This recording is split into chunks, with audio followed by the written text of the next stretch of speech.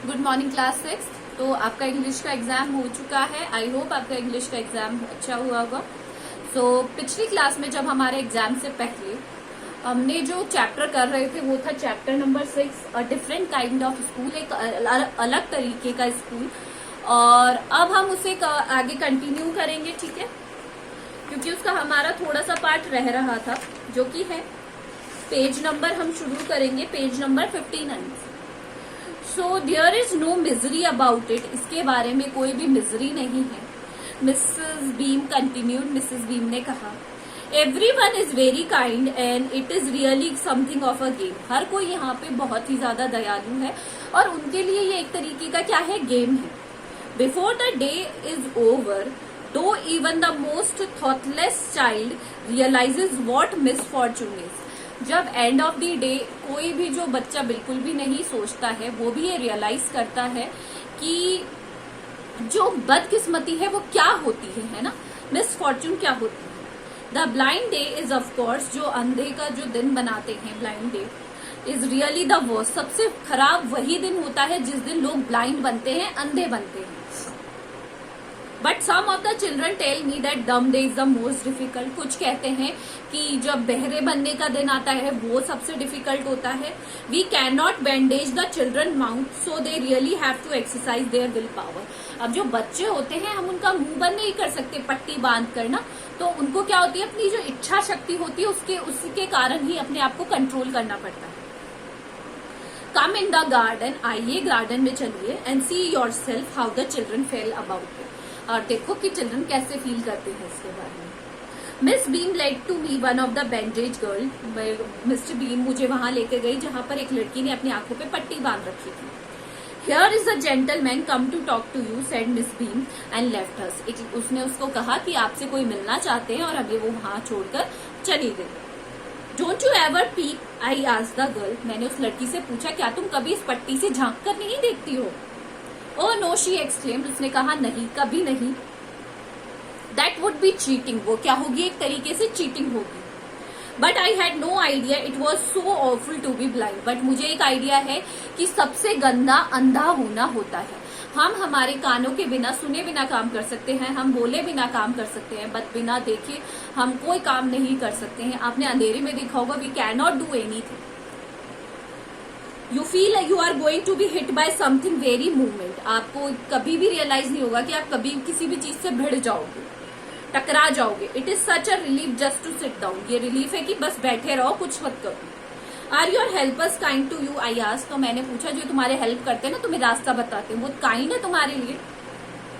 Fairlie, हाँ, but they are not careful as I shall be when it is my turn. But वो मेरे जितना ध्यान नहीं रखते हैं जब मेरी टर्न आती है, जब मैं इनका ज्यादा ध्यान रखती हूँ।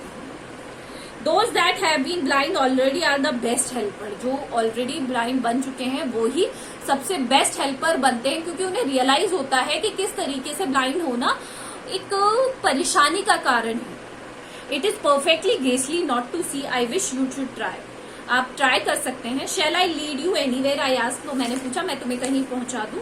ओ yes, she said, let us go for a little walk. चलिए हम थोड़ी वॉक के लिए चलते हैं। Only you must tell me about things. आपको मुझे थोड़ी सी चीजों के बारे में क्या करना पड़ेगा, बताना पड़ेगा।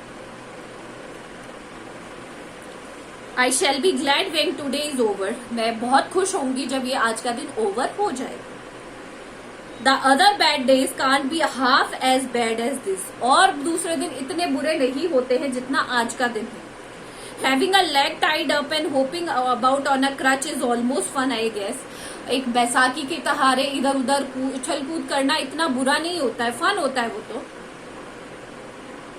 Having an arm tied up is a bit more troublesome. But अपनी बाह को बांधे रखना थोड़ा सा ट्रबलसम होता है, थोड़ा परेशानदायक होता है। Because you can not eat without help, क्योंकि आप बिना किसी मदद के खा नहीं सकते। And things like that, I don't think I will be mind being deaf for a day, at least not much. और एक दिन के लिए बहरा होना तो कोई भी प्रेफर करता है, वैसे भी हम लोग अनसुनी करते हैं लोगों की बातें। But being blind is so frightening. But blind होना ही सबसे बहुत डरावनी बात है मेरे लिए।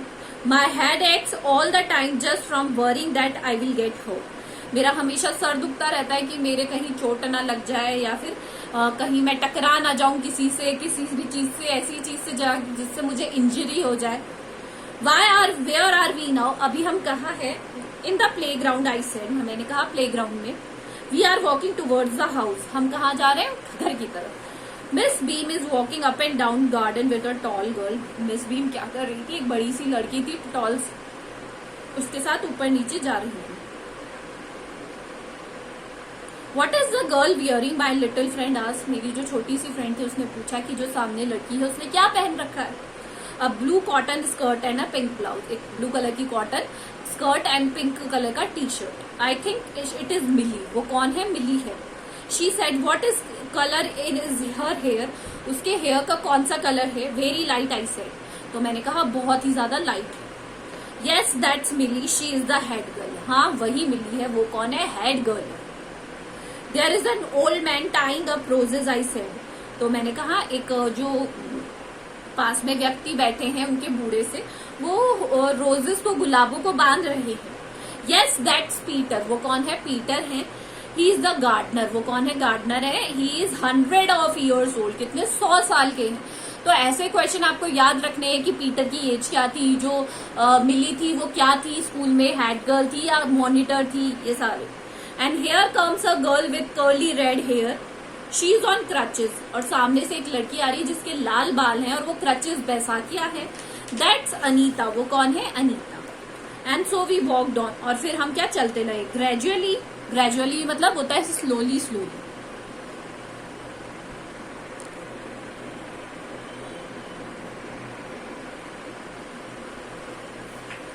Gradually I discovered that I was 10 times more thoughtful that I ever thought I could be. अभी मुझे ये रियलाइज हुआ कि मैं अभी जितना सोच सकता हूँ उसका 10 गुना अभी मैं ज्यादा सोच रहा हूँ। कैसे? I also realized that if I had to describe people and things to someone else, अगर मुझे लोगों को डिस्क्राइब करना पड़े या कुछ बताना पड़े किसी को, it made me more interesting to me. ये मेरे लिए बहुत ही ज्यादा इंटरेस्टिंग होगा। When I finally had to leave, जब मेरी बारी आई छोड़ने की उसको जाकर, I told Mrs. Beam that I was very sorry to go. मुझे जाना पड़ रहा है इसलिए मैं बहुत ही ज्यादा सॉरी हूँ। As she replied that there is something in my system after all. तो उसने कहा ये मेरे सिस्टम में ही है कि कोई भी यहाँ से जाना नहीं चाहता। तो ये एक तरीके का डिफरेंट काइंड ऑफ स्कूल कैसे हुआ कि यहाँ पर लोग एक्चुअली क्या होता है, स्पेशल काइंड ऑफ स्कूल होते हैं, है ना, कि जहाँ पर अंधे लोग जाते हैं, बहरे लोग जाते हैं, या जो बोल नहीं सकते उनके लिए जाते हैं। बट यहाँ पर लोगों को क्या सिखाया जा रहा था? अगर आपके पास ऐसी एबिलिटी नहीं होती, मान लीजिए नहीं आंखें नहीं होती, तो आप कैसे सरवाइव करते? सुनते नहीं तो आप कैसे सरवाइव करते? बोलते नहीं तो कैसे सरवाइव करते? ये सारी उस स्कूल में सिखाई जा रही थी और वही उसे बना रहा था एक अलग प्रकार का school, a different kind of school. Okay, we have finished the chapter. Do the question answer of this chapter. I'll send you in the PDF. That's all for today. Thank you.